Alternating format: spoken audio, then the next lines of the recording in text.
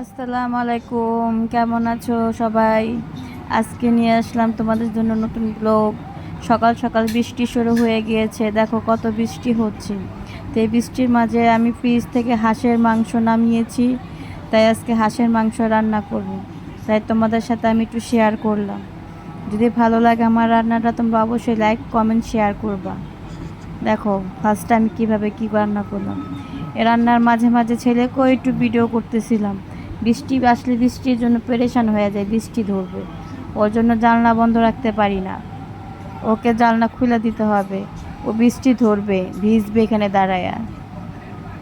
তো বাইরে প্রচণ্ড বৃষ্টি, এটা আমাদের মানে বাসার পাশেই খালটা বৃষ্টির পানিতে ভরে গিয়েছে। তো এ ফাঁকে আবার আমার পেঁয়াজটা সুন্দর করে লাল হয়ে গিয়েছে।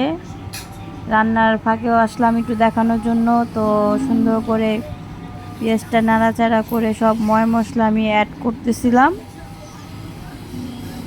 ভালো করে নাড়াচাড়া করে একটু ভাজা ভাজা করে দেখব তেলটা সুন্দর হয়েছে কিনা।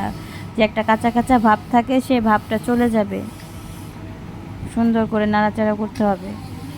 তো রান্না করতে গেলে কিন্তু প্রচুর টেনশন, যেখানে কোন মশলা দিয়ে কি কোন তরকারি রান্না করতে হয়।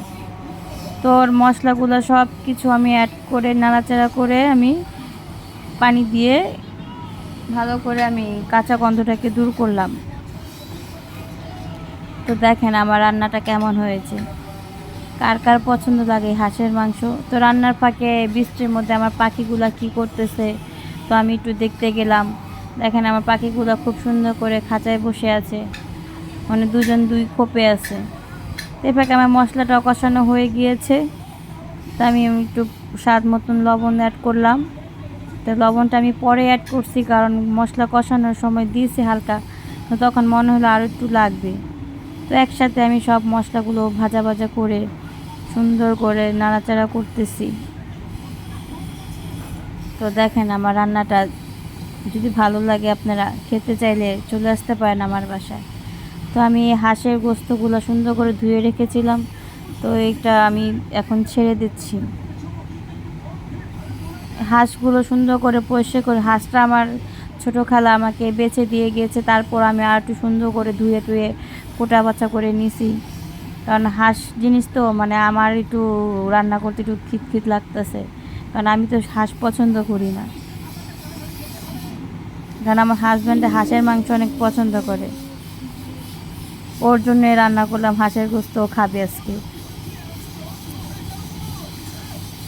তো রান্নার ফাঁকে চোখে আর কি করার, যদি আমার রান্নাটা আপনাদের কাছে ভালো লাগে, আপনারা লাইক কমেন্ট শেয়ার করবেন। তো আপনাদের দোয়ায় আমি যাতে আমার চ্যানেলটা আমি আগে বাড়াতে পারি। এর মাঝে আমার বাচ্চাটা একটু ফিটার খাচ্ছে, মানে ফিটার দুধ খেতেছে না, ও পানি খাবে, মানে প্রচুর দুষ্টামি করে। বৃষ্টির মাঝেও ঘর থেকে বের হয়ে যেতেছে, ও খাবে। যদি ভালো লাগে ভিডিওটা লাইক কমেন্ট শেয়ার করবে।